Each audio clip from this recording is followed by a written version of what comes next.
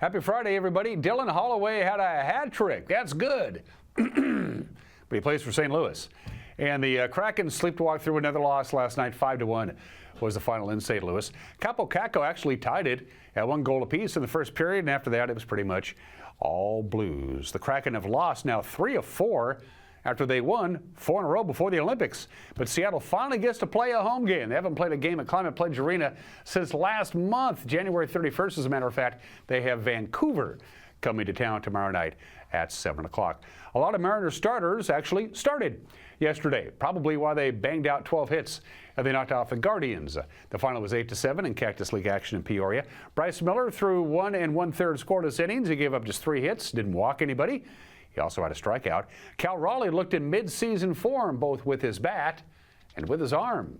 I was kind of pushing for Dan Wilson. What Danny did in his first year, there was the runner, pitch on the way, strike to throw to third, and it's in time to get Martinez. Cal Raleigh with a strike down to Brendan Donovan right on the bag, and Cal Raleigh doing his thing behind the plate, fires a BB right to Donovan to throw out Martinez trying to steal third.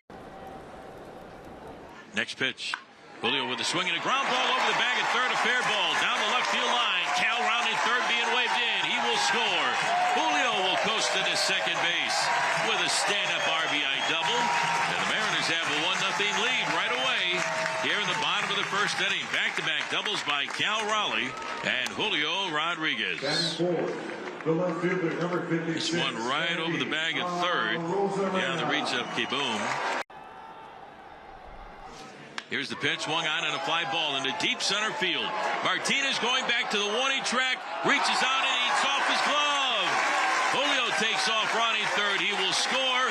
The relay to the plate will be cut off. Julio scores easily.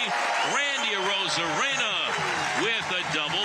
3 consecutive doubles by the Mariners here in the bottom of the first. And the Mariners have an early 2-0 lead over the Guardians. Runners out of the corners, a run in, pitch to Cal, swinging a fly ball into the gap in the right center field. Over, Valera is there to make the catch. Tagging at third is Arroyo. He's going to score. The throw goes into second base. Cal Raleigh with a sacrifice fly to right center field. Another run in for the Mariners, who now lead the Guardians 4-0. And now time is called. Manager Stephen Vogt out to the mound, and that's going to be it for Cotillo. Here comes the 0-1. Swung on. That is drilled left field towards the line. It is down. Bringing up Chuck. Going to the wall. Donovan steaming around third. He's being waved. He's going to score. Cal Raleigh coasting at a second. A double. The Mariners get another run. And Mariners fans hoping that's a preview of things to come. Cal Raleigh scoring Donovan. That shows you how strong Cal is. That pitch was away. He went down and got it and pulled it down the left field line, way down the line. The 1-1. Swung on, cracked, center field. Martinez twists around. He's not going to get there. It's over his head. It's going to the wall. Arroyo's going to walk home. Emerson around second base. He loses his helmet. He's flying to third. The throw. He slides. He is safe. A triple for Colt Emerson. Driving home Arroyo.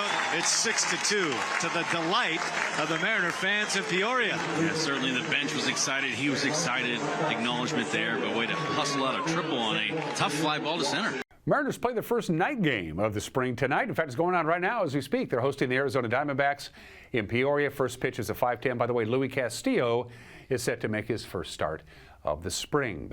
Gonzaga women won. Wazoo women won. For the Gonzaga women last night, they all but clinched the regular season conference championship.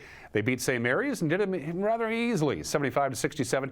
Wazoo won for just the 6th time. It's been a rough year for the Cougar ladies, but they did beat Seattle U last night, 69-55. Women's college basketball schedule for the weekend for Gonzaga and Wazoo. It's their last regular season game of the year before the postseason begins. Gonzaga will be at the Rose City to take on Portland. That's tomorrow at 5 o'clock on ESPNU. Wazoo's at home to welcome St. Mary's to town. That's tomorrow at noon on ESPN+. But the Dogs and the Ducks, they got to wait till Sunday to play. They'll play Sunday at 2 o'clock on the Big Ten Plus network, provided that you have it. No men's scores from Thursday, but here's your men's college basketball schedule for the weekend. Number 9 Gonzaga will be at St. Mary's. That'll be Saturday night at 7:30 on ESPN+.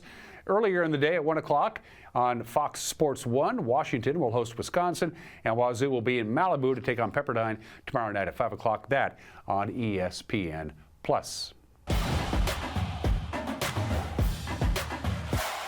school basketball is now at the state tournament level, and there are a number of teams looking to take home some hardware. It begins for most of them today and tonight. For the girls' state 2B tournament, Colfax will take on Okanagan. That'll be at West Valley High School in Spokane. That's at 6 o'clock tonight. The other games in the state 2B tournament is tomorrow at OMAC. It'll be Turtle Lake and Brewster. That's tomorrow at noon. And then at Wenatchee High School's gymnasium tomorrow morning at 10 a.m. It's Orcas Island and Lake Roosevelt. In the girls' state 1B tournament, all the games for local teams are tomorrow. Cross Point Christian will take on Waterville Mansfield. That's at noon at the Wenatchee High School gymnasium. That'll be followed up by Amara Cooley Heartline and Muckleshoot Tribal. That's at the Wenatchee High School gym at 4 o'clock. West Valley of Spokane will be hosting Pateros and Garfield Palouse. That is at 6 o'clock on Saturday. Only one team from the boys 1A state tournament, and from our area anyway, still alive. The Chelan Goats will be in Linden tomorrow to take on Linden Christian in round 1 at 4 o'clock on Saturday afternoon. In the boys state 1B tournament, it's Nia Bay and Amara Cooley Heartline tomorrow at Wenatchee High School. That's the 2 o'clock game that's the third of the 4 games that Wenatchee High School will be hosting tomorrow. In the boys state 2B tournament in OMAC, it'll be Reardon and Okanagan. That'll be tomorrow at 2 o'clock in the afternoon. And then at West Valley High in Spokane, Liberty Bell and Colfax will do battle tonight, I should say, at 8 o'clock. At the Wenatchee Wild, 3 games in 3 days. Tonight they're on the road. They'll take on the Kelowna Rockets at 7:05 tonight. They're back at the Town Toyota Center for Hockey Fights Cancer Night. That'll be a big crowd and a big game. Kelowna at Wenatchee tomorrow at 6 o'clock. And then here come the Silver Tips for a Sunday afternoon matinee, 4 o'clock to wrap up the weekend. And have a good weekend. And those are just some of the games that people are playing.